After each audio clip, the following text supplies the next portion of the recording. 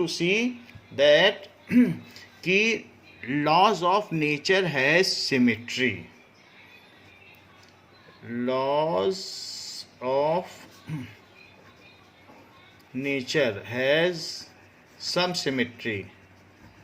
What are the symmetry? That is, पहली चीज है symmetry in direction.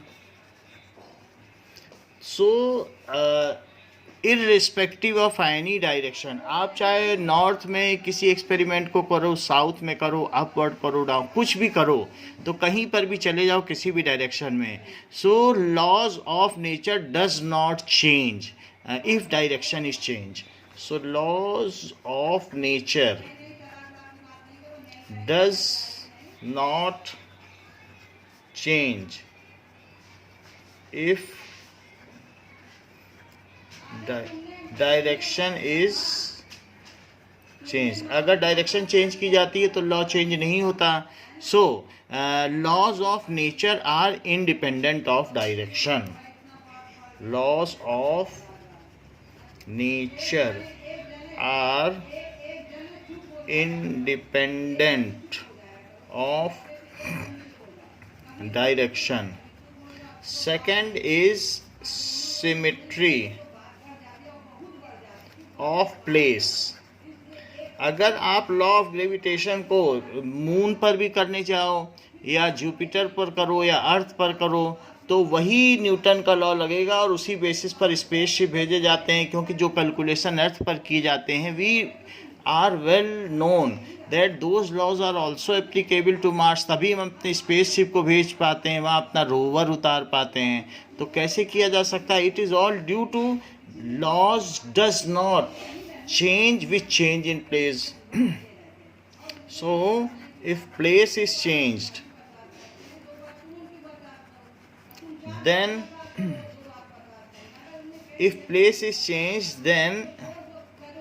laws of nature does not change. For example, universal law of gravitation, universal law of gravitation is equally applicable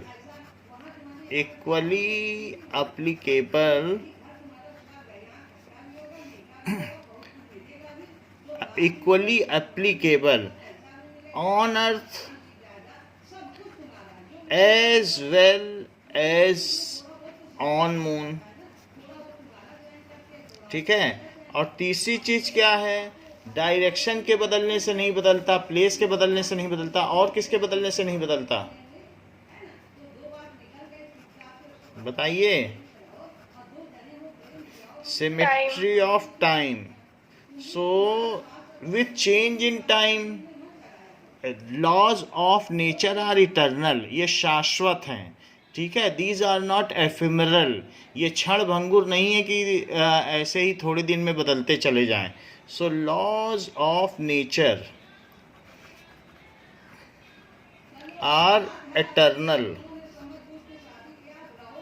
that is, ये शाश्वत हैं, हमेशा रहने वाले, for ever.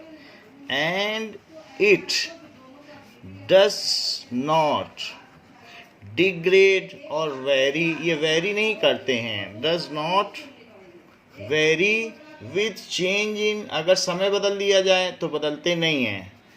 With change in time. So ये बात हम लोगों ने देख ली कि लॉज ऑफ नेचर के कुछ बेसिक चीज़ें हैं कि जो उसमें सिमेट्री है. That makes it more fundamental. This symmetry makes laws of nature more fundamental. These symmetry makes laws of nature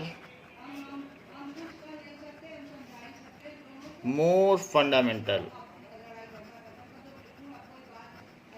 इतनी बात हो गई. ओके. सो इट इज, जैसे आपकी बुक में लिखा है कि symmetry of nature with respect to translation. What does it mean by translation? With respect to change in place. Translation का क्या मतलब होता है? कह रहा है कि it is with respect to displacement. Translation दिख रहा है ना? Yes sir. तो इसका मतलब क्या होता है? एक ट्रांसलेशन मोशन होता है जिसमें एक डायरेक्शन में सीधा चला जाता है, एक रोटेशनल होता है। तो ट्रांसलेशन का मतलब होता है डिस्प्लेसमेंट के हिसाब से। फिर it is likewise space is homogeneous, चाहे आप कहीं भी चले जाओ। तो इसलिए there is no preferred direction in universe, कि जहाँ पर लॉज अच्छी तरीके से एप्लीकेबल हो। कोई प्रिफर्ड डायरेक्शन नहीं है, क्योंकि स्पेस चारों तरफ से एक जैसा है, किसी एक डायरेक्शन में ज़्यादा वाइडर नहीं है। So it is equally dispersed throughout expanded. Hence ये स्पेस होमोजीनियस है, और इस वजह से there is no preferred place, no preferred direction and no preferred time when the law is more applicable than the other time. So there is no preferred place, कोई place preferred नहीं है, no preferred direction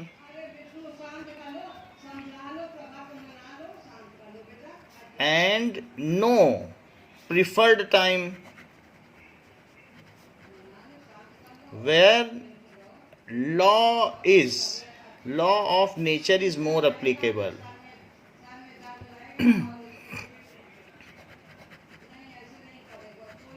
So this is said about law. Now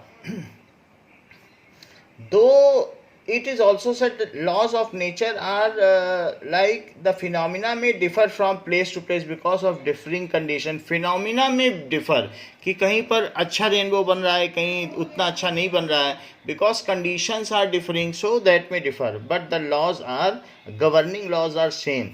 जैसे कि acceleration of gravity at moon is 1/6 of earth, so that is due to their lesser mass. So that's why gravity is differing, but it is also governed by the same law of gravitation. So और बाकी चीज़ें हमने देख ली हैं कि कौन कौन से लॉज हैं। Law of conservation of momentum देख लिया है, सारी चीज़ें देख ली। अब आप एक्सरसाइज पे आइए now.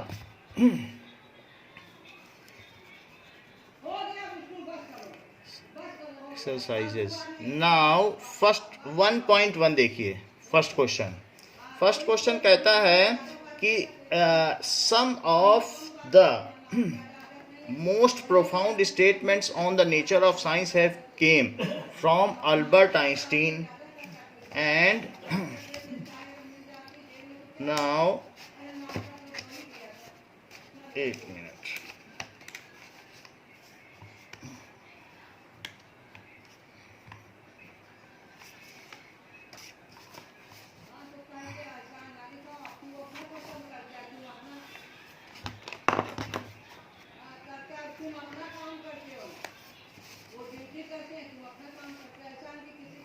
Some of profound statement of nature on science have came from Albert Einstein, one of the greatest scientists. What do you think that did Einstein mean when he said the most incomprehensive thing about the world is it is comprehensible? तो comprehensive का क्या मतलब होता है? कि कोई चीज़ comprehensive है। हम अगर आपसे कहें कि आपने क्या कॉम्प्रीहेंसिव स्टडी की है फर्स्ट चैप्टर की, what does it mean? that are you thorough in first chapter? क्या are you well versed with first chapter? have you adhered the first chapter? इसका मतलब ये होता है comprehension. you are well known about anything, that means कि ये comprehension है। जैसे कि न्यूटन ने ये बताया था we know about the world in similar way that a small baby is walking near a beach and some pebbles, stones or some shells he found and thinks that this is all the sea. तो Newton ने बताया था जैसे हम कुछ शंख सीप पा जाते हैं समुद्र के किनारे और सोचते हैं कि यही सी है, सिर्फ हम इतना ही यूनिवर्स के बारे में जानते हैं। ऐसे ही अल्बर्ट आइंस्टीन ने बताया कि इस विश्व के बारे में सबसे ज़्यादा इनकॉम्प्रीहेंसिव थिंग ये है कि इसे आसानी से जाना जा सकता है, यही मोस्ट सरप्राइजिंग थिंग है कि हम सोचते हैं ये इनकॉम्प्रिहेंसिव वर्ड है, बट इट इज कॉम्प्रिहेंसिबल। समझ में आ गई बात? बोलो। Yes sir. कि क्योंकि इतने सिंपल लॉ से ये डिफाइन किया जा सकता है तो ये कॉम्प्रिहेंसिव है, हम सब कुछ जान सकते हैं। लेकिन लोग सोचते हैं कि such a astonished world is there, universe is there, we can not know it. तो यही सबसे आश्चर्य की बात है कि इतनी आसानी से जानने वाली चीज़ को हम कहते हैं कि इसे जाना नहीं जा सकता। So now the whole of physical world is complex in nature. इसका आंसर क्या है, इसका explanation, physical world is complex in nature. Why does it complex in nature? Because it is interwoven with various physical laws. बहुत सारे laws एक साथ apply करने पड़ते हैं, जैसे इंद्रधनुष बनता है, रेनबो बनता है, तुम्हारा रिफ्रैक्शन भी है, टोटल इंटरनल रिफ्रैक्शन भी है, डिस्पर्सन भी है, बहुत सारी चीज़ें एक साथ नेचर में एप्लीकेबल होती हैं। सो the biological world has its own complexities. More the vastly different orders of magnitudes are involved in space. Space में बहुत छोटी से छोटी चीज़ भी हैं। इलेक्ट्रॉन को देखो तो इलेक्ट्रॉन के अंदर क्वार्क्स हैं, क्वार्क्स के अंदर ग्लूऑन है, फिर और अंदर चले जाओ तो इलेक्ट्रॉन खुद भी सब एटॉमिक पार्टिकल से बना है। दैट इज सब एटॉमिक के अंदर भी और पार्टिकल हैं, सब पार्टिकल से बना है।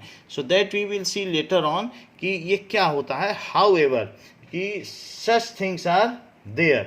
So vast different orders of magnitudes are involved. Time and mass, सभी चीज़ों में टाइम छोटे से छोटा भी हो सकता है और बड़े से बड़ा। कुछ ऐसे पार्टिकल्स हैं, एलिमेंट्री पार्टिकल्स, जो नैनो सेकंड के अंदर ख़त्म हो जाते हैं। और अगर लाइफ ऑफ यूनिवर्स देखो तो 10⁵55 ईयर्स तक है। तो इस तरीके से हम देखते हैं मास में भी वेरिएशन है। In spite of all these, almost all the physical phenomena can be expressed in terms of few basic laws. फिर भी हमारे पास 3-4 बेसिक लॉ हैं, जैसे हमने आपको बताया, law of conservation of momentum, law of conservation of mechanical. तो थोड़े से ही बेसिक लॉज हैं, उन्हीं से हम सब कुछ समझ लेते हैं। So there is wide variation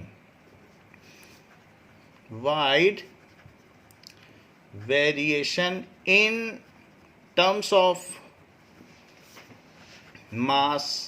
मास में बहुत वेरिएशन है। इन टर्म्स ऑफ टाइम में बहुत वेरिएशन है। And in terms of that is space में कोई चीज़ बहुत छोटी है और कोई चीज़ बहुत बड़ी है। सो उसके टर्म्स में भी बहुत वेरिएशन है। मास, टाइम एंड स्पेस, इन सभी के बारे में नेक्स्ट चैप्टर में बताया गया है कि कितना वेरी करता है। So mass, time and space, these all are varying in a wide range. जैसे कि आप देख लो, यहाँ पर दिया गया है अगले चैप्टर में, ये देखो कि आप यहाँ देखो कि ऑब्जर्वेबल यूनिवर्स का मास 10⁵55 kg है, जबकि इलेक्ट्रॉन का 10⁻30 kg है। सो यहीं हम देख रहे हैं कि there is a wide variation. इनके मासेस में कितना वेरिएशन देखने को मिला है, आप देख रहे हैं कि नहीं? So wide variation in mass. फिर देखो, ये देखो, there is wide variation in time. कुछ ऐसी चीज़ें हैं, अगर मोस्ट अनस्टेबल पार्टिकल 10⁻24 सेकंड है, और जबकि सबसे ज़्यादा स्टेबल है एज ऑफ यूनिवर्स 10⁻17 सेकंड से, इतने सेकंड से चल रहा है एज ऑफ यूनिवर्स अभी तक की उसकी लाइफ। तो इस तरीके से टाइम में भी है, मास में भी है। और इसके अलावा जो डायमेंशन हैं, जैसे कि कोई चीज़ बहुत छोटी है, हमने मास दिखा दिया, इलेक्ट्रॉन का मास, टाइम दिखा दिया कि अनस्टेबल पार्टिकल से एज ऑफ यूनिवर्स। इसी तरीके से देयर इज ऑल्सो साइज में भी वेरिएशन देखने को मिलता है। You can very well see that कि साइज ऑफ प्रोटॉन 10⁻⁻15 है, जबकि distance of boundary of observable universe, जहाँ तक हम यूनिवर्स को देख पाते हैं, वो 10⁻26 है। तो -15 से 26 तक का इसमें वेरिएशन देखने को मिलता है। So there is wide variation of mass, time and space. There are complexities इसके अलावा भी, सो देयर आर कॉम्प्लेक्सिटीज अलग अलग तरीके की होती हैं इन बायोलॉजिकल वर्ल्ड। आप देखते हैं कि बहुत सारे डिफरेंट डिफरेंट बायोडाइवर्सिटी है, उनकी अपनी कॉम्प्लेक्सिटीज हैं। Then also all physical phenomena can be expressed or understood in terms of few physical law.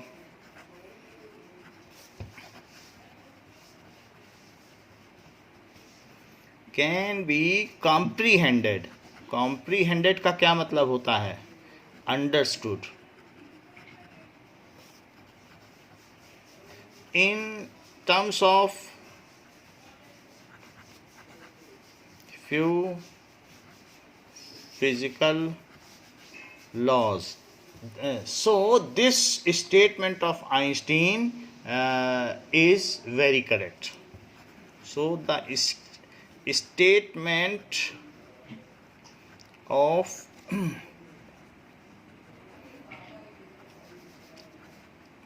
very correct.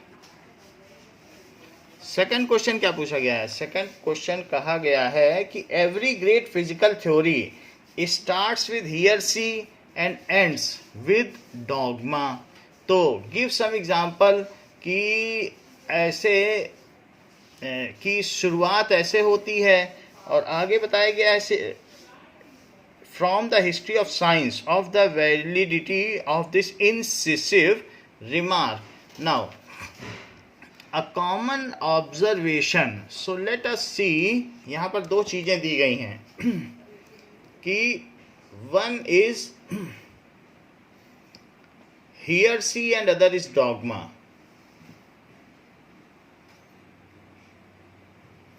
Hearsay meaning according to Babysent.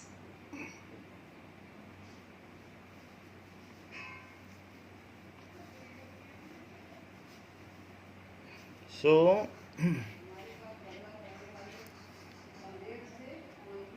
now that is कभी ये भी बात कही गई कि this world is a heliocentric। पहले Bible ने क्या माना था सेकंड क्वेश्चन में कि जियोसेंट्रिक है, सारे चांद सितारे सूरज ये सब जो भी हैं धरती के चारों ओर घूमते हैं, ये बाइबल कहती है। अभी भी उसमें लिखा हुआ है कि stars and sun and moon all are moving around earth, ये इसके चारों तरफ मूव करते हैं। इसको कहते हैं जियोसेंट्रिक मॉडल, जियोसेंट्रिक मॉडल।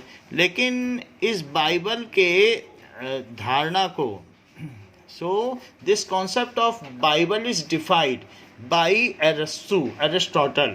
उन्होंने बताया no, this is heliocentric, everything that is earth is moving around sun। So such kind of convention which was projected by Aristotle, it was opposite to the convention, the thing which is known by common people। अगर आप उसके विपरीत करोगे, scientist जो point रखता है वो एक हियरसी होता है, it is against the convention of common people. कोई जैसे कहता है कि बूढ़ी अपने बाल बना रही है चांद में, ऐसा है, तो कोई कहते हैं no it is a planet and there are ups and downs, there are mounts and deeps on moon, तो ये एक हियरसी हो गया। So scientist always puts some statement which is bold and unaccepted by common people। उस चीज़ को क्या कहते हैं? hearsay। that is opinion that is different from common belief or in religious concepts। so religious के जो विपरीत हो जाए तो भी hearsay कहा जाएगा।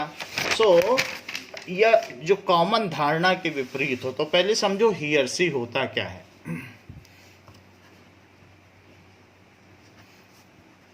An opinion which is contrary to common belief or some religion उसको ही और सी। तो सारे साइंटिस्ट ऐसे ही अपने स्टेटमेंट रखते हैं। And what does it mean bye dogma? Now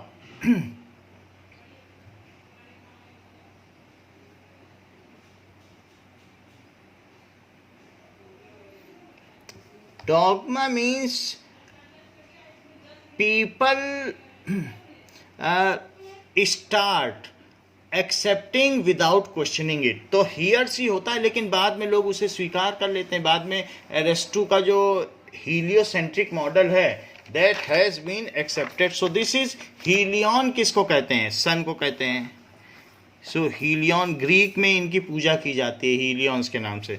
तो हीलियोसेंट्रिक, सो हीलियोसेंट्रिक का क्या मतलब हुआ कि जिसके सेंटर में सूर्य हो, और जियोसेंट्रिक कि सेंटर में कौन है? अर्थ। तो अभी हमारा मॉडल हम सब जानते हैं कि सोलर सिस्टम है, ये हीलियोसेंट्रिक है, सेंटर में सन है। So heliocentric model. तो बाद में लोगों ने इसे एक्सेप्टेड किया। It is unanimously accepted by all. तो this is dogma without questioning it. So if what is dogma? The statement, the, ठीक है, the statement which is unanimously accepted by all.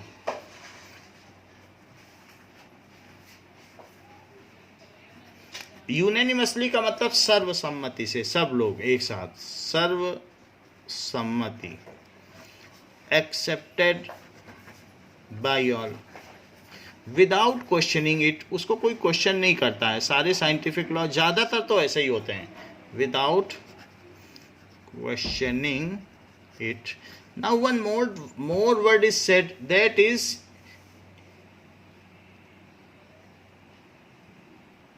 incisive meaning. This is the definition of insist. Now let us see what does it mean by incisive.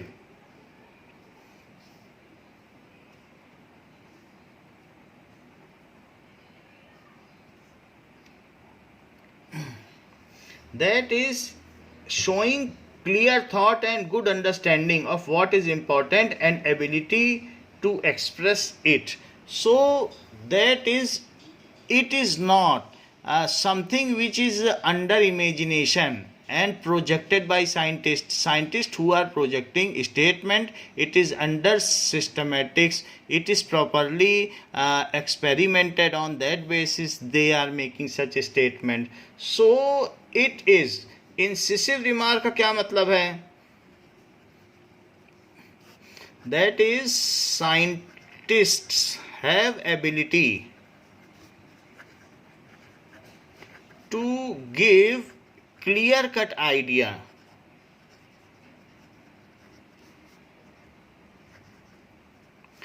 beyond common belief. Common belief के बाहर जाके जो अपना idea दे सके, सो उसको कहते हैं scientists are well clear about anything, so their remarks are also well clear. तो इसीलिए यहाँ पर कहा गया है कि incisive remark. Now we will come to next question. So पूछा गया है कि every physical, so incisive remark, a common observation in our daily life is that light travels in a straight line. When Huygens propounded his wave theory, तो इसका answer अब देखिए second का। So a common belief of all of us is that light travels in a straight line path.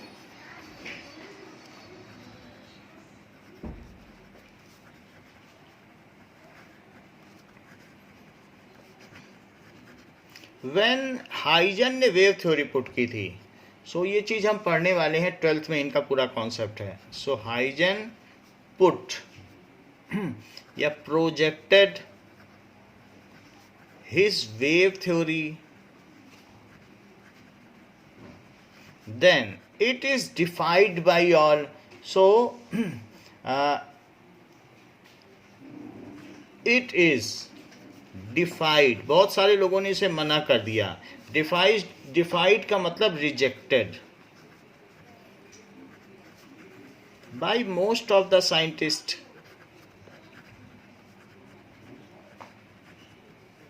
So it became a dogma, इसलिए dogma हो गया, लोगों ने उसे ठीक माना नहीं. However after experiment it was successfully explained. However, experimental verification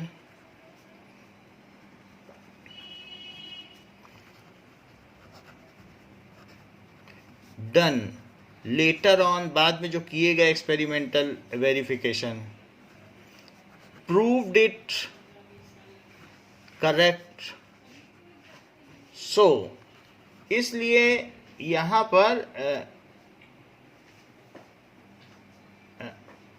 soon and at now यहाँ पर एक चीज बदलें. So it became heresy, क्योंकि heresy क्या है? Which is against common belief. तो यहाँ लिखो, डॉगमा ना लिखो, बाद में तो लोग इसे एक्सेप्ट कर ही लेंगे. अभी इसको लिखो कि ये heresy हो गया क्योंकि लोगों ने एक्सेप्ट ही नहीं किया.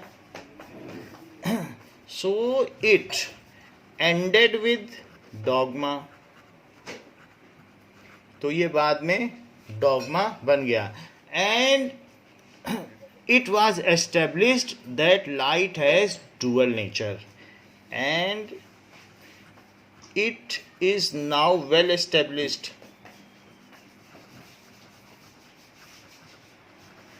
That light has dual nature. Next question क्या कहता है कि politics is the art of possible, कुछ भी संभव कर सकते हैं politician. Similarly science is the art of soluble. What does it mean कि साइंस आर्ट ऑफ सॉल्युबल है?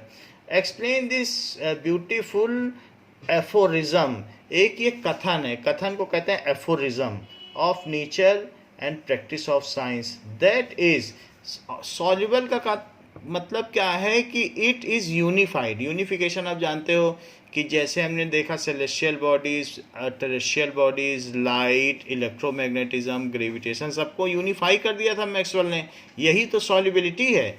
So most of different looking phenomena can be explained by single physical law and that is only the soluble.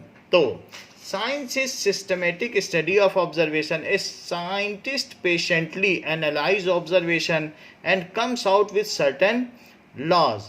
देखिए, a scientist patiently analyze observation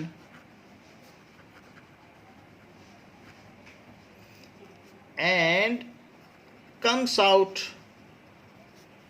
with certain laws.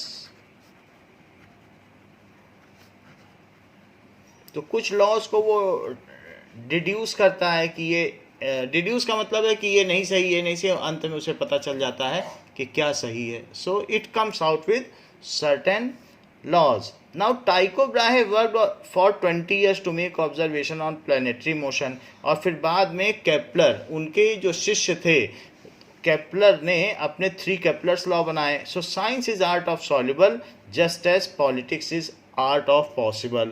टाइको Brahe उनके गुरु थे. So Tycho Brahe worked for 20 years on planetary motion. अगर उन्होंने Kepler को फिर दूसरे काम में लगा दिया था, क्योंकि जो केपलर थे he was also a versatile genius, तो वो उन्हीं के टाइम पे केपलर लॉ बना लेते. लेकिन जब टाइको ब्राहे नहीं रहे तब उनके जो वर्क्स थे उनको केपलर ने असेंबल किया, रीड किया, स्टडी किया, तब अपने लॉ दिए. उन्हीं एक्सपेरिमेंट के बेसिस पे उन्होंने अपने लॉ दिए. So work for 20 years patiently and his people John Kepler formulated laws of planetary motion.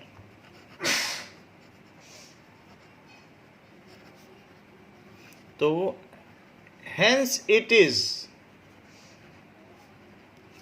correct to say that science is art of soluble. So soluble का मतलब है कि because different looking phenomena can be explained with single law, as different looking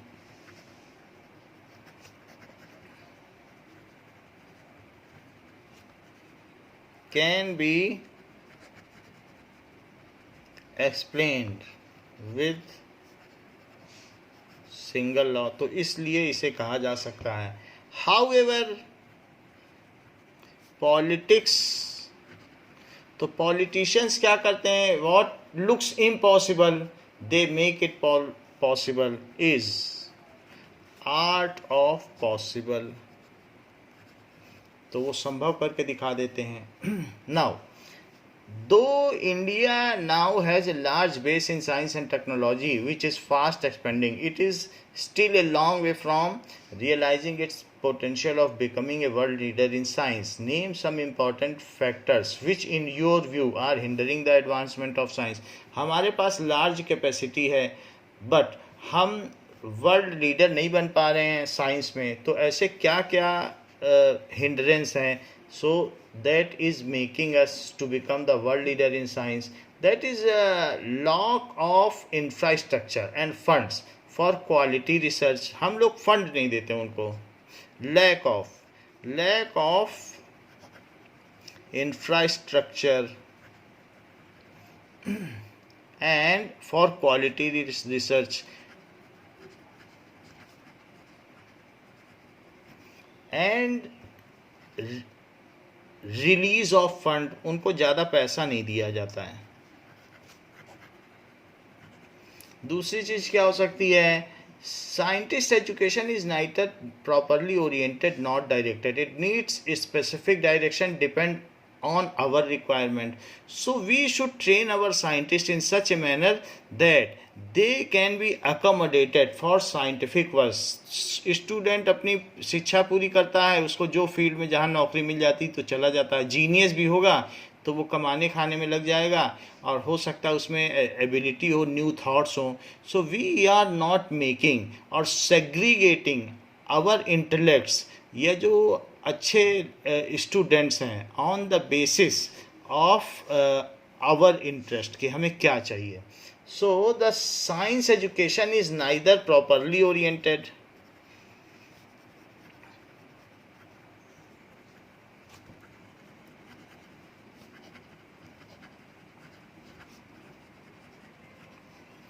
nor properly directed. तो इस वजह से क्या होता है? It needs specific direction.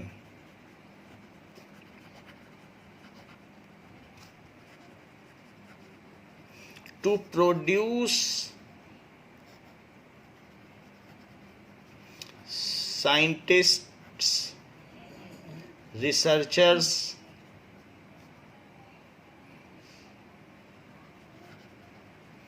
इस तरीके से. सो हमें ऐसा बनाना चाहिए. Now the rural based scientist education is nearly non existent, so majority of population is deprived of benefit of advancement in science and technology. Rural based education is purely bookish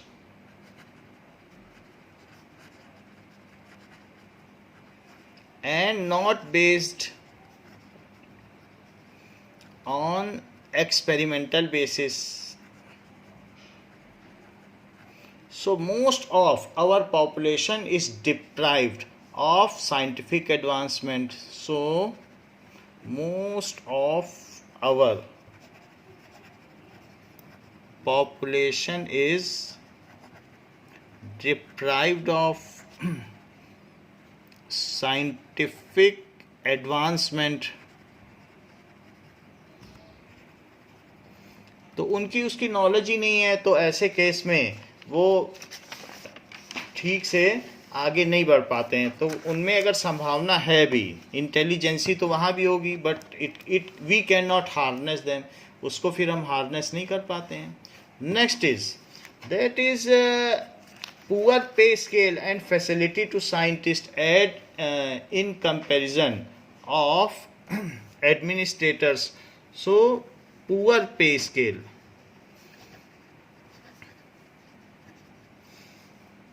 and other facility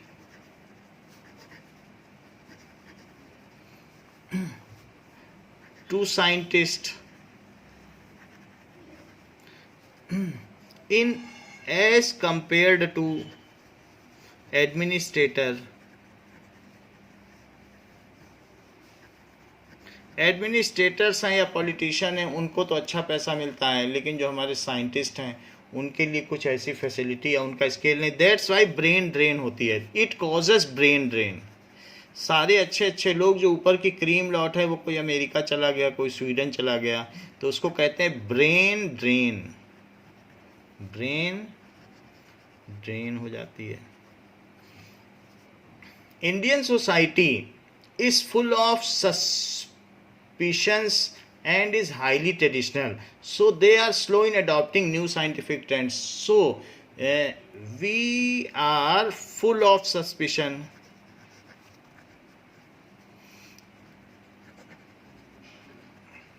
and fear in adopting new technologies. तो एक ये भी चीज़ है। So it does not promote new scientific trends. इसके अलावा there is practically no cooperation between researcher and industrialist. तो अगर हमारे इंडस्ट्रियलिस्ट को कोई चीज़ चाहिए, तो हमारे जो साइंटिस्ट बन रहे हैं और इंडस्ट्रियलिस्ट, उनमें कोऑपरेशन होना चाहिए कि उन्हें क्या चाहिए, वो साइंटिस्ट से डिमांड करें, साइंटिस्ट उनको दें, और फिर उसके बेसिस पर हमारे यहाँ प्रमोशन होता चला जाएगा। जो फ़ोन निर्माता हैं वो अपनी बात साइंटिस्ट को बताएं, साइंटिस्ट वैसा बना के दें। So there is no cooperation between industrialists and scientist. तो इससे फिर भारत का रेवेन्यू भी बढ़ेगा। Industrialist are the actual consumers of new research, so industrialist of this country have little confidence on ability of Indian scientist. तो उन्हें वो बाहर से बनवा लेते हैं, लेकिन अपने साइंटिस्ट पे उनको भरोसा नहीं है। So industrialists are actual consumers of new research and technology. तो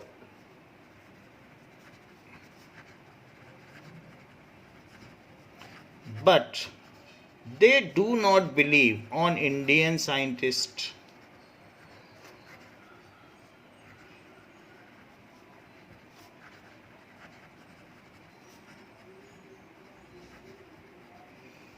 इसके दीज आर द रीजन्स जिसकी वजह से हमारे यहाँ साइंटिफिक रिसर्च हो नहीं पा रही हैं।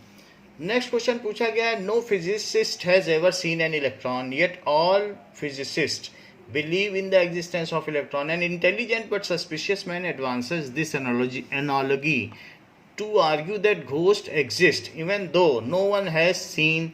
How will you refute his argument. आप उसके आर्ग्यूमेंट को कैसे डिफाई करोगी, रिफ्यूट करोगी। उसने कहा इलेक्ट्रॉन नहीं देखा गया, हम लोग साइंटिस्ट कहते हैं बट है, तो एक दूसरा इंटेलिजेंट कहता है घोस्ट भी नहीं देखा गया बट है। तो many phenomena which depend on existence of electron have been predicted. Many phenomena, ऐसे बहुत सारे फिनोमिना हैं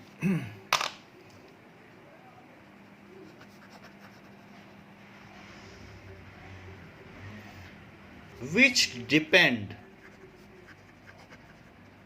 on existence of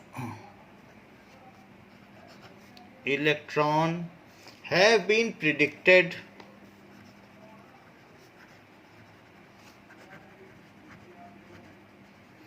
and observed in everyday life. जैसे करंट, इलेक्ट्रिक करंट है, observed in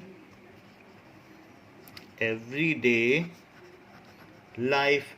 There is no phenomena which can be explained upon existence of ghosts. There is no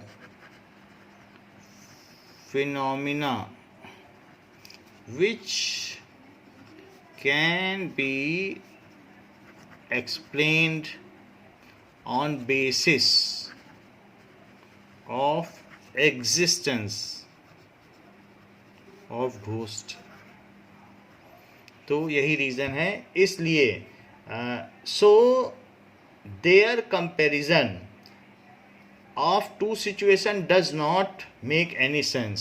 So comparison between two situations does not make any sense.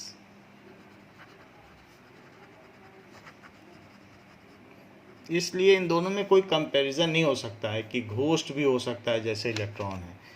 Now next question is the shell of crab found around a particular coastal location in Japan seem mostly of the resemble the legendary face of samurai. एक ऐसा crab मिला, केकड़ा, जिसका चेहरा samurai की तरह दिखता है. Now so given below are the two explanations on this observed fact. Which of these strikes you as scientific explanation? A tragic sea accident several centuries ago drowned a young samurai. कोई एक बहुत बड़ा लड़ाका था, वो पानी में डूब गया. So as a tribute to bravery, nature through its inscrutable ways immortalized his face by imprinting on crab shell in the area. तो नेचर ने उसको याद करने के लिए उसका जो फेस है वो क्रैब में डाल दिया. दूसरी बात क्या कही गई है? After the sea tragedy fisherman in that area a gesture to honour to their dead hero let free any crab shell caught by them which accidentally has a shape resembling the face of samurai. तो दूसरे में कहा गया fisherman ने एक crab को छोड़ दिया क्योंकि उसका चेहरा समुराई से मिलता था जो उनका वीर था. Consequently the particular shape of crab shell survive longer and in course of time the shape was genetically propagated.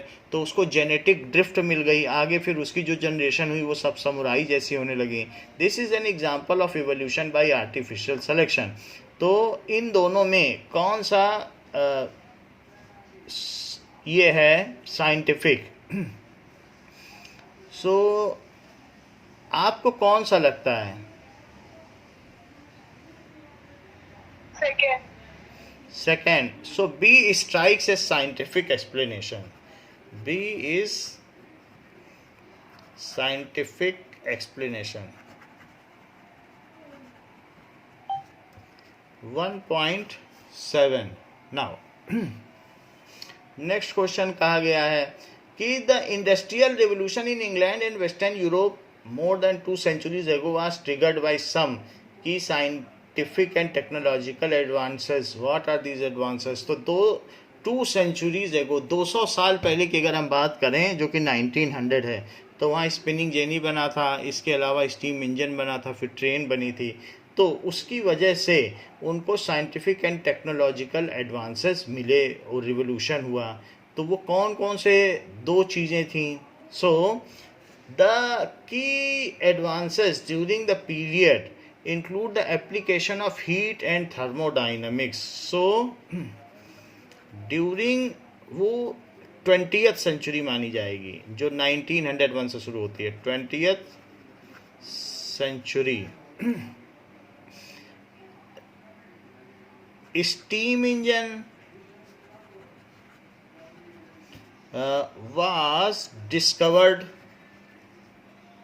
ठीक है. So it was invented. जो प्री एग्जिस्टिंग है उसको डिस्कवर कहा जाता है, और जो बनाई जाती है वो इन्वेंशन होता है. Invented by Thomas Alva Edison.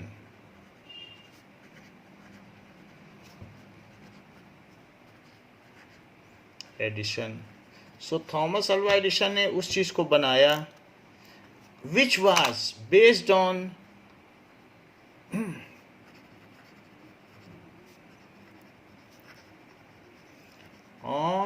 laws of thermodynamics.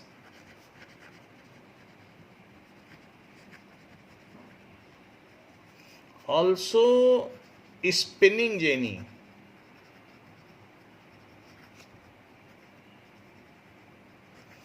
was invented in Europe, which has given a perpetual push. एक जैसे किसी पीछे से धक्का दे दिया हो, perpetual push. अदृश्य शक्ति जब किसी को धक्का देती, that is perpetual push, which has given a perpetual push to cotton industry.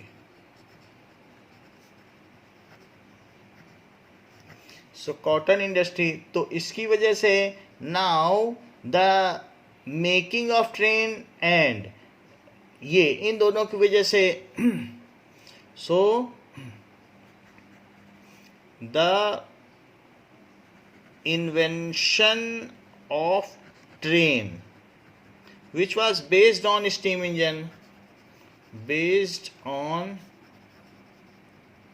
Engine, and spinning jenny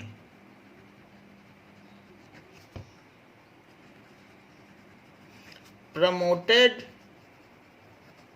colonization for seeking raw material for cotton industry, raw material for cotton industry throughout world. तो ये दोनों चीज़ें हुई जिससे कि Europe बहुत आगे निकल गया. अब वो रिच और वेल डेवलप्ड कंट्रीज में आता है. तो वेस्टर्न यूरोप में ये चीज़ हुई. Now 1.8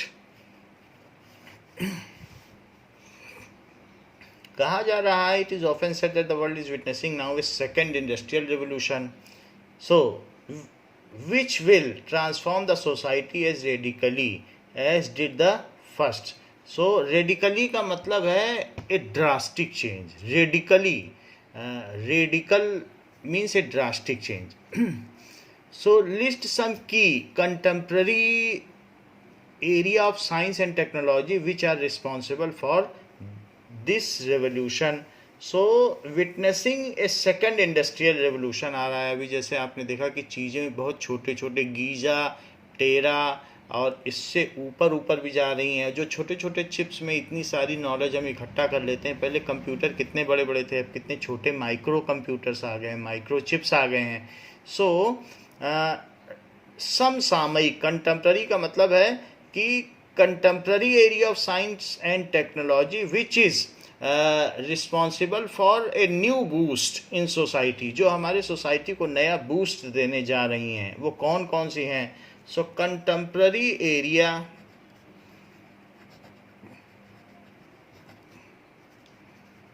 of science and technology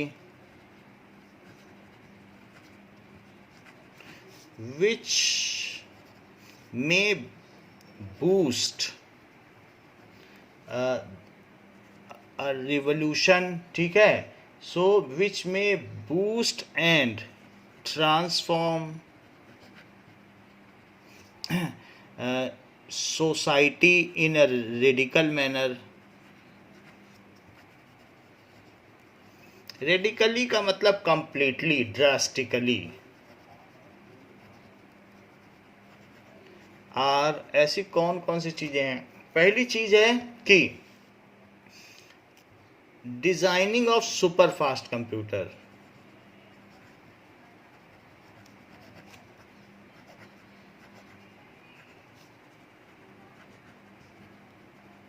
ऐसे ऐसे कंप्यूटर हैं जो कार को डिज़ाइन कर देते हैं, अब मैनुअली करने की ज़रूरत नहीं, उसकी कमियां बता देते हैं, फिजिकल लॉ पे बेस्ड हैं। सो सुपर फास्ट कंप्यूटर इससे बना भी देते हैं। आजकल 3D प्रिंटर्स, उसमें प्लास्टिक डालो वो खिलौने बना देती है। सो 3D प्रिंटर्स अमेजन पे भी बिक रहे हैं। आपको जो बनाना है, पिक्चर डालो 3D पिक्चर और प्लास्टिक डालो, वो खिलौने बना के निकाल देगी। कहीं आपको उसका मोल्ड नहीं चाहिए, खांचा या सांचा नहीं चाहिए, अपने आप बना देती है। बायोटेक्नोलॉजी, बायोटेक्नोलॉजी क्या होती है? लो जी, आपको जैसा भी डीएनए में तोड़ फोड़ करनी है, आप वो लोग क्या करते हैं, हमारे सेल से डीएनए निकालते हैं, उसको कट कर देते हैं डीएनए सीजर से, और उसमें दूसरा डीएनए किसी टाइगर का, चीता का जोड़ देंगे, जिसमें कोई एंटीजन है जो हमें बीमारी से बचा सकता है। उसको कहते हैं बायोटेक्नोलॉजी। आपको जैसा बच्चा चाहिए, कपल्स को उनको वैसा बच्चा दिया जा सकता है। जीनियस चाहिए, इंदिरा गांधी जैसा चाहिए, हिटलर जैसा चाहिए, या किसी भी तरीके का चाहिए। So that can be, those property can be introduced, though these are not the inherited properties, it is inculcated, but the shape or size or anything which is genetic in nature can be introduced in the DNA of zygote। तो उसको कहते हैं biotechnology during time of fertilization. और उसमें बहुत पैसा है। Biotech तो 12th में एक नई फील्ड है और एक अलग सब्जेक्ट भी है बायोटेक। तो बायोटेक भी हमने बच्चों को पढ़ा, ये बहुत इंटरेस्टिंग फील्ड है, तो इसमें बहुत स्कोप भी है। तो बायोटेक्नोलॉजी में यही किया जाता है, डीएनए के साथ छेड़छाड़ किया जाता है, डीएनए रिकम्बिनेंट टेक्नोलॉजी। और डीएनए को बदल देने से सारी चीज़ें बदल जाती हैं, क्योंकि जब वो मल्टीप्लाई होगा तो फिर बॉडी में वैसे ही चलाएंगे। अब देखो, this is development of super conducting material at room temperature of superconducting material at room temperature. ऐसे भी मटेरियल बनाए जा रहे हैं, अभी तक जो हमने बनाए हैं -100 डिग्री सेल्सियस पर तो सुपर कंडक्टर है, लेकिन हम 25 तक इसे लाना चाहते हैं। तो ऐसे केस में ज़ीरो रेजिस्टेंस होगा। एक बार अगर उसमें करंट सेट हो गई किसी लूप में, तो वो फिर पूरे कई साल तक बहती रहेगी और उसमें करंट कभी फिर ख़त्म नहीं होगी। आपने अगर किसी कंप्यूटर को ऑन कर दिया तो फिर अब सप्लाई लाइन से चलाने की ज़रूरत नहीं है, वो अपने आप चलता रहेगा, लाइट आए या ना आए, वो सुपर कंडक्टर है। मान लीजिए जैसे इस कंडक्टर में अगर ये सुपर कंडक्टर बन जाए, तो एक बार इसको यहाँ सेल से जोड़ दो, और फिर सेल से जब जाने के बाद इसमें करंट जाए तो इस लूप को बाईपास कर दो। अब इसको ऐसे कर दो, इसमें करंट अब हमेशा फ्लो करती रहेगी। तो इस तरीके के लोअर टेम्परेचर पर रशिया में बनाए गए हैं जो 2 साल तक लूप में चला है, लेकिन वहाँ हीलियम की कमी हो गई और वहाँ पर उसे कूलिंग नहीं दी जा सकी, क्योंकि चेकोस्लोवाकिया से हीलियम नहीं आया था, तो इसलिए रशिया में उस वहाँ पर हीलियम नहीं पहुँच सकी, तो 2 साल बाद वो बंद हो गया। लेकिन हम चाहते हैं कि रूम टेम्परेचर पर सुपर कंडक्टर बन जाए, तो एक बार वंस अ करंट इसमें कंडक्ट की जा सके, then after that it never stops. So ये एक तरीके का ट्रांसफॉर्मेशन हो जाएगा, रेडिकल चेंज हो जाएगा सोसाइटी में, जैसे सुपर कंप्यूटर से हो जाएगा, जैसे डीएनए टेक्नोलॉजी से हो जाएगा। आपके क्लोन बनाए जा सकेंगे, आपकी किसी बीमारी का डीएनए के लेवल पर इलाज हो सकेगा, biotechnology. Advancement in field of electronics, information technology and nano technology. किसी चीज़ को बहुत छोटा और बहुत छोटा, नैनोमीटर के कैडर तक अभी नैनो टेक्नोलॉजी चल रही है। Anything can be microscoped up to size of nanometre, तो उसको कहते हैं नैनो टेक्नोलॉजी। तो ये चीज़ है। तो एडवांसमेंट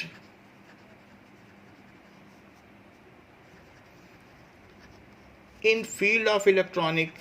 आजकल कोई अपने चीज़ों को रिपेयर नहीं कराता है, फ़ोन ख़राब हुआ फेंक दिया। तो ऐसे ही इलेक्ट्रॉनिक आइटम्स इतने चीपर हो जाएंगे। कह रहे हैं कि अगर जितनी तेज़ी से इलेक्ट्रॉनिक इंडस्ट्री इस समय डेवलप कर रही है, प्रॉस्पर कर रही है, अगर इतनी तेज़ी से ऑटोमोबाइल इंडस्ट्री प्रॉस्पर करती तो कार को पार्क करने की बजाय उसे फेंक देना ज़्यादा सस्ता पड़ता। यानी आप समझ सकते हैं कि इतनी तेज़ी से ये प्रॉस्पर कर रही है। Advancement in field of electronics, information technology, communication भी बहुत तेज़ी से हो रहा है। Everybody easily access and know the world. And तीसरी चीज़ क्या है? Nano technology. हो सकता है कि जो आपके घर में मॉपर हो उसमें भी नैनो टेक्नोलॉजी का यूज़ किया गया हो, इतना ज़्यादा नैनो टेक्नोलॉजी वाइड हो गई है। अब नेक्स्ट क्वेश्चन पूछा जा रहा है कि right about 100 words of a fiction piece based on your speculation on science and technology of 22nd century। 22nd century चली रही है, अब आप क्या स्पेकुलेट करते हो, आगे के बारे में क्या सोचते हो? तो 22nd century के बारे में एक ऐसी दंत कथा लिखो, फिक्शन लिखो, मतलब काल्पनिक कथा लिखो। फिक्शन होती काल्पनिक स्टोरी। सो 22nd century में क्या होने वाला है उस पर लिखो। The development of on the front of genetic engineering and biotechnology will include. So पहली चीज है development on the front of genetic engineering and biotechnology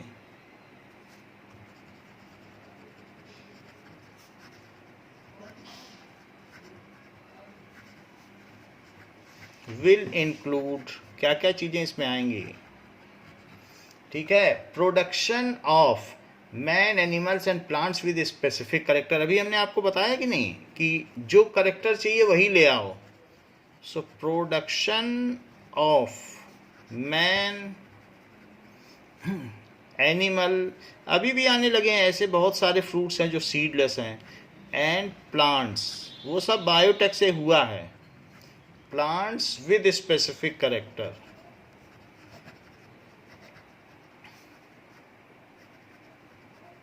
ऐसे करेक्टर आ जाएंगे कि मछली के पैर होंगे, मछली के पंख होंगे, जो मर्जी शो कर लो। तो स्पेसिफिक करेक्टर, मछली उड़ भी जाए, जमीन में रेंग भी जाए, सब कुछ कर ले। So high yielding variety of plants and specific crops would be shown. So high yielding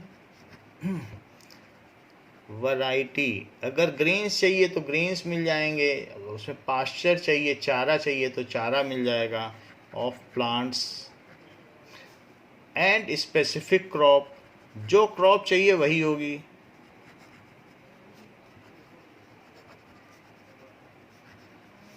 तो ऐसी जो क्रॉप होगी वो एटमॉस्फेयर या क्लाइमेटिक रेजिस्टेंट भी होगी और ज़्यादा भी उगेगी, हाई यील्डिंग भी होगी, जैसा दिखाया गया है। ऐसा ही multiple use of laser in various field होगा which will transform the world. Man would treat himself as a king of universe. Laser भेजो और किसी प्लेनेट से वो टकरा के लेज़र आपके यहाँ आ जाएगा। सो लेज़र के इनफाइनाइट आगे स्कोप हैं, तो though it is limited to us, लेकिन it is light amplification by stimulated emission of radiation. अगर हम लाइट की एक जैसी फ्रीक्वेंसी को कहीं पर हम बीम को फेंकें तो यहाँ से मून तक भी लेज़र लाइट फेंकी गई है और वहाँ से मिरर से रिफ्लेक्ट करके वापस पाई गई है, सिर्फ एक 10 रुपये के लेज़र से। सो लेज़र में भी इनफाइनाइट स्कोप्स हैं। So multiple use of laser, that is light amplification। Amplification का मतलब प्रवर्धन, बहुत लाइट की इंटेंसिटी बढ़ा दी, by stimulated emission of radiation.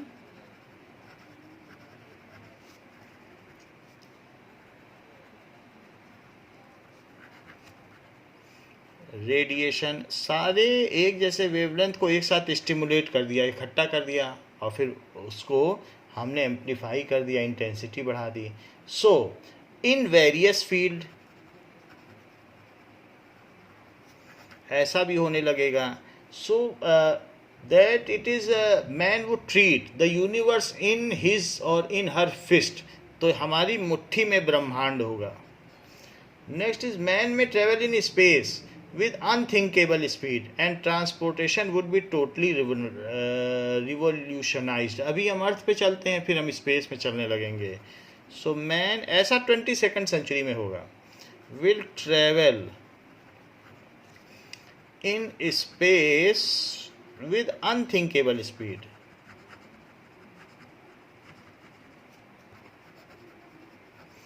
ठीक है. एंड ट्रांसपोर्टेशन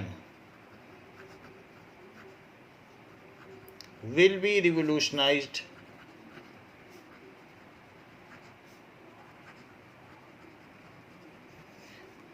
एक ये भी चीज हो सकती है, man would travel deeper in space and may settle on other planets. ऐसा भी सोचा जा सकता है. जब आपको एक तरीके का फिक्शन ही बनाना है तो फिर कुछ भी लिखो.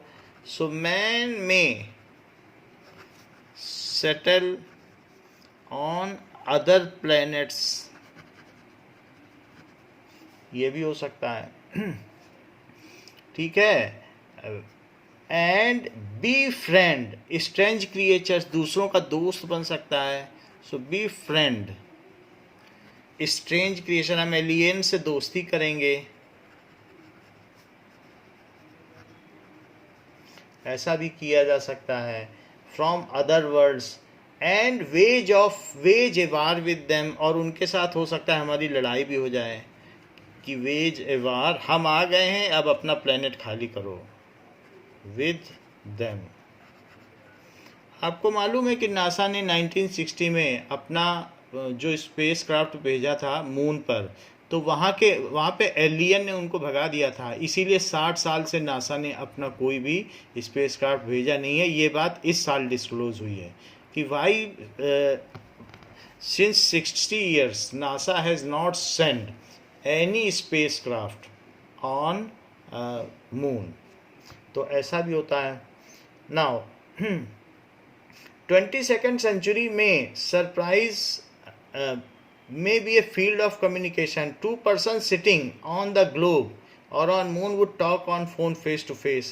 ये भी हो सकता है कि this century may bring surprise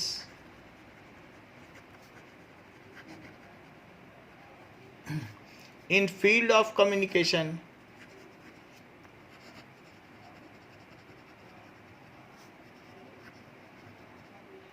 Two persons sitting on globe and moon may talk on phone face to face.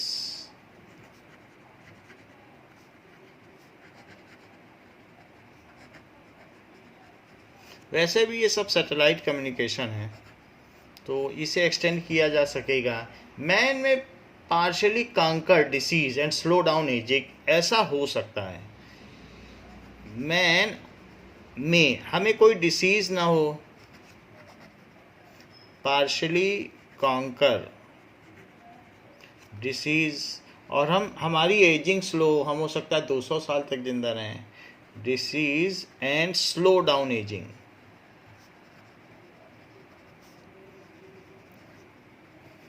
ये भी संभावना व्यक्त की जा सकती है. Now question 1.10. It is said science, like any knowledge, can be put to good or bad use depending on user. Given below are some of the application of science. Formulate your views on whether the particular application is good, bad or something that cannot be clearly categorized. तो आपको देख के बताना है. पहला, mass vaccination against smallpox to curb and finally eradicate this disease from population. क्या ये अच्छी चीज है कि बुरी चीज है? अच्छी चीज है. It is good. ठीक है. So whether that can not be clearly categorise. Second चीज देखो, कहा गया है कि television for eradication of illiteracy and mass communication of news and ideas.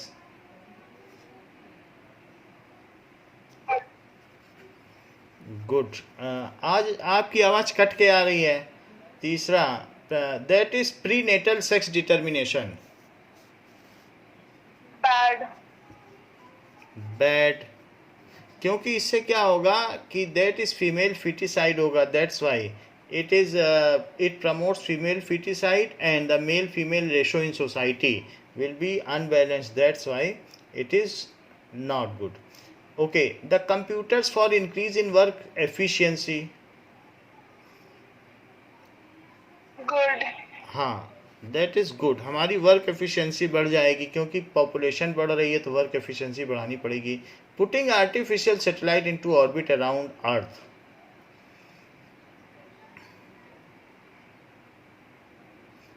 जो हम ये आर्टिफिशियल सैटेलाइट छोड़ते हैं अर्थ के चारों ओर, उनका क्या काम है? ये इनका काम है रिमोट सेंसिंग करना. कुछ ऐसे भी हमारे क्षेत्र हैं जैसे मौसम की जानकारी, इसके अलावा जहाँ जहाँ हम नहीं जा सकते, आर्टिफिशियल सैटेलाइट वहाँ अमेजन के जंगलों में जा कर के वहाँ देख सकता है कि क्या क्या हो रहा है, where there is a fire, कहाँ का ओजोन लेयर जा रहा है. सो इस तरीके से आर्टिफिशियल सैटेलाइट सभी लगाते हैं and they forecast to prevent any catastrophe. आगे आने वाले किसी आपदा से प्रबंधन के लिए, डिज़ास्टर मैनेजमेंट के लिए ऐसा किया जा सकता है. So it is good thing. Next is development of nuclear weapons. Bad. It is bad because it may cause human destruction. So ऐसे ऐसे बम भी बना लिए गए हैं, हाइड्रोजन बम या फ्यूज़न बम बना लिए हैं अमेरिका ने, कि अगर वो एक बार उसको ब्लास्ट कर दे तो ये कंप्लीट एनिहिलेशन, संपूर्ण विनाश हो जाएगा धरती का, इवन बैक्टीरिया फॉर्म और वायरस का भी. और 50 मिलियन साल तक एक भी बैक्टीरिया पूरे ग्लोब में अपने अर्थ में आएगा नहीं. ऐसा डिस्ट्रक्शन बना लिया है, इवन इंक्लूडिंग अमेरिका भी मर जाएगा. सो इसलिए ये बैड है. Now development of new and powerful technique of chemical and biological warfare.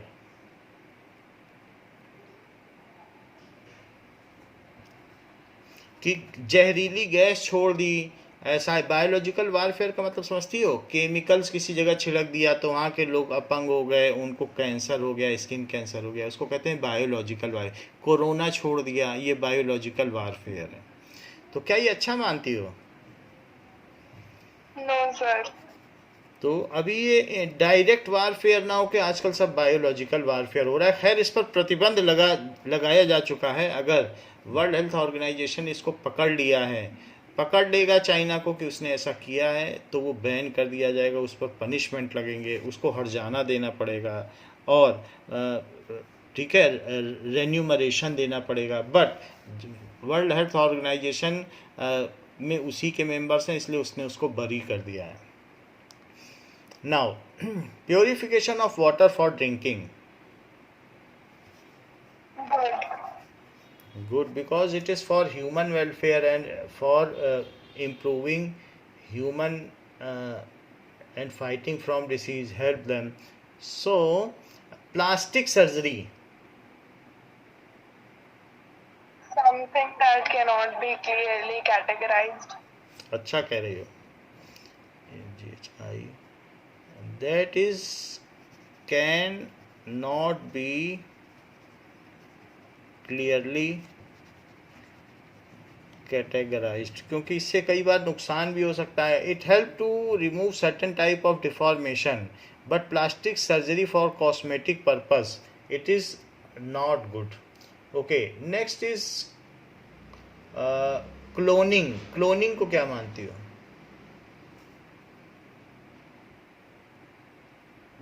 Bad. Yes, it is bad. क्योंकि ये क्या होगा, जो फैमिली स्ट्रक्चर है उसको डिस्ट्रॉय कर देगा. अगर घर में 2 फादर हो जाएं, 2 मदर हो जाएं, देन इट इज़ डूबियस. हम पता ही नहीं लगा पाएंगे. और हमारा जो एक हार्मनी है ह्यूमन के बीच में, 10-10 एक ही रूप के हो जाएंगे तो क्या हार्मनी रह जाएगी? हम सोचेंगे कभी हम और जनरेट कर लेंगे, हमारा बच्चा चला गया तो क्या हम क्लोन ले आएंगे, तो क्या वो हार्मनी रह जाएगी अपने बच्चे से?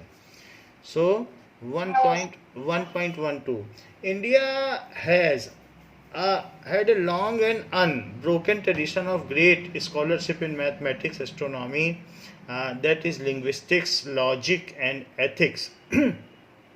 भाषा में, एस्ट्रोनॉमी यानी अंतरिक्ष विज्ञान में, मैथमेटिक्स में, एथिक्स में, यहाँ तक कि हमने धर्म में, लॉजिक में, तर्कशास्त्र में बहुत प्रगति की है. Yet in parallel with this the several superstition and the obscurantistic attitudes and practices, कई हमारे अंदर अंधविश्वास हो गए हैं. Practices flourished in our society and fortunately continue even today among many educated people too. How will you use your knowledge of science to develop strategies to counter these attitudes? हम कैसे इसे करेंगे? In order to popularize scientific explanation, in order to rise scientific explanation. Now, we have to of everyday phenomena,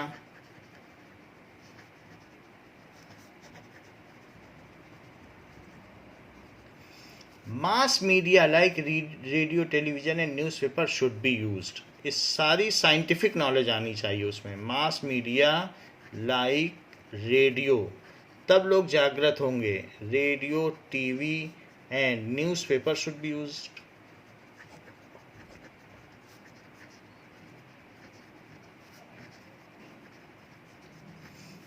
ठीक है. We shall use our knowledge of science to educate masses. We shall use our knowledge of science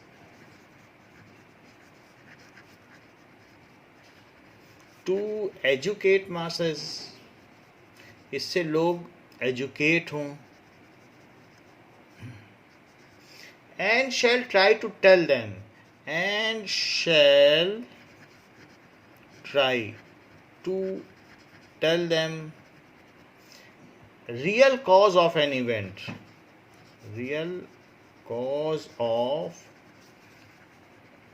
so their superstitious beliefs are rejected, so that they reject their superstitious view.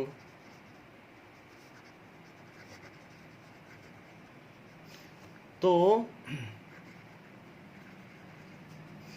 अपने जो beliefs हैं वो छोड़ दें. तो ऐसा हम करें. मास मीडिया को अगर हम हेल्प में लाएं तो बात बन सकती है. ठीक है. नाउ अभी इसमें कुछ क्वेश्चन, 4 क्वेश्चन और बाकी हैं, तो उसको हम नेक्स्ट क्लास में करेंगे. आपकी नेक्स्ट क्लास 11:45 पे बायो की है. ओके.